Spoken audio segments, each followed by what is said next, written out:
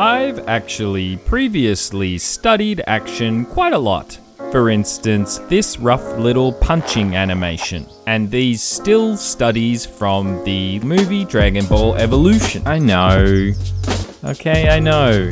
Also, this colored study I did not that long ago of a YouTube lunge kick, and this flipping motion which I referenced from a video by Pygmy called Learn 5 Easy Flips ASAP. However, recently my drawing study has been centered around fairly static poses, like these ones where the focus was on shading, or these ones where the focus was primarily stylization.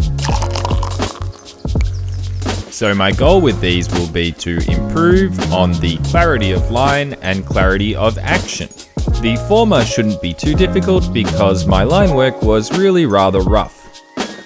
This current study is a simple reproduction of a license-free reference image of a skateboarder from Pexels. I can't recommend Pexels enough as somebody who often has anxiety about publishing licensed reference photos. And this drawing is really pretty accurate. The angle on the skateboard is a little off, but I don't think it affects the overall action whatsoever. Next up, I'm drawing a Gunslinger pulled pretty directly from the reference. I think the major difference is that I added a little bit of negative space in between the legs. This really wasn't necessary, but I think it helps define the silhouette.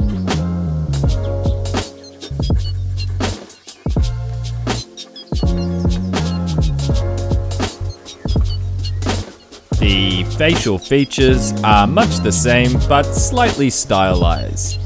On this one, I'm really happy with my depiction of the musculature, and a bit less happy with the hands and guns.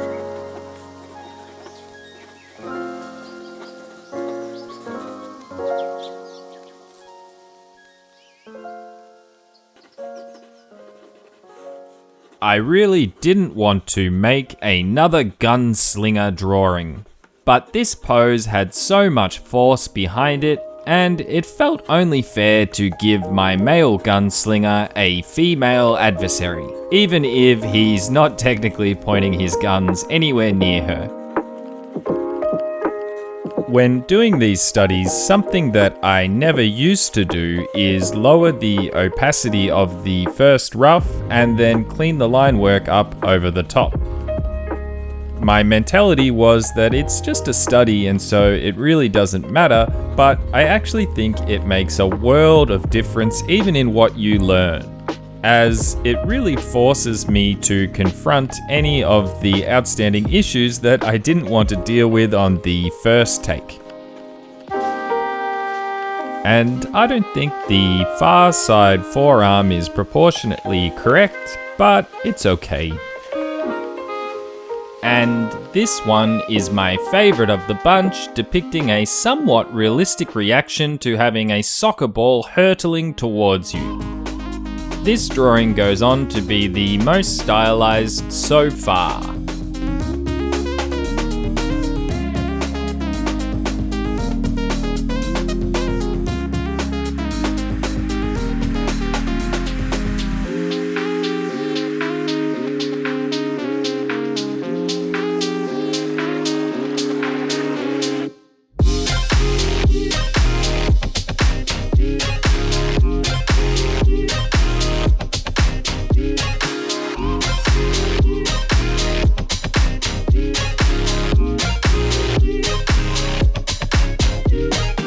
I used a Pexel reference image for this as well, which means I'm comfortable showing it in the video.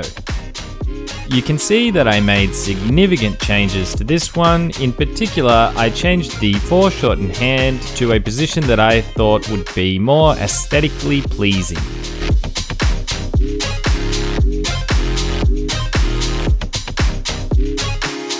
Originally, I had one more action pose, which was a figure drawing of a dancer.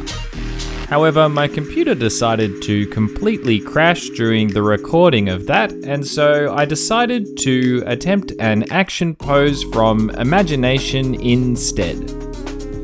I used elongated proportions and constructed entirely from S-curves and boxes.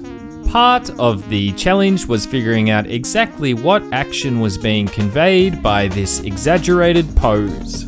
Initially, it was going to be a yoga move, but by the time I got finished with it, I realized that it couldn't be anything other than leaning back to spit. The trickiest part was the far side arm, which has become a trend at this stage.